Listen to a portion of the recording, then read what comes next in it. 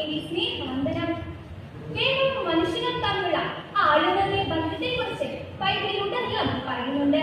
യോഹന്നാൻ 3:16 അവനിൽ വിശ്വസിക്കുന്ന ഏവനും നശിച്ചു പോകാതെ നിത്യജീവൻ പ്രാപിക്കുന്നതിനു വേണ്ടി തന്റെ ഏകജാതനെ നൽകുവാൻ തക്കവിധം ദൈവം ലോകത്തെ അത്രമാത്രം സ്നേഹിച്ചു. സ്നേഹിക്കാത്തവൻ ദൈവത്തെ അറിഞ്ഞിട്ടില്ല, കാരണം ദൈവം സ്നേഹമാണ്.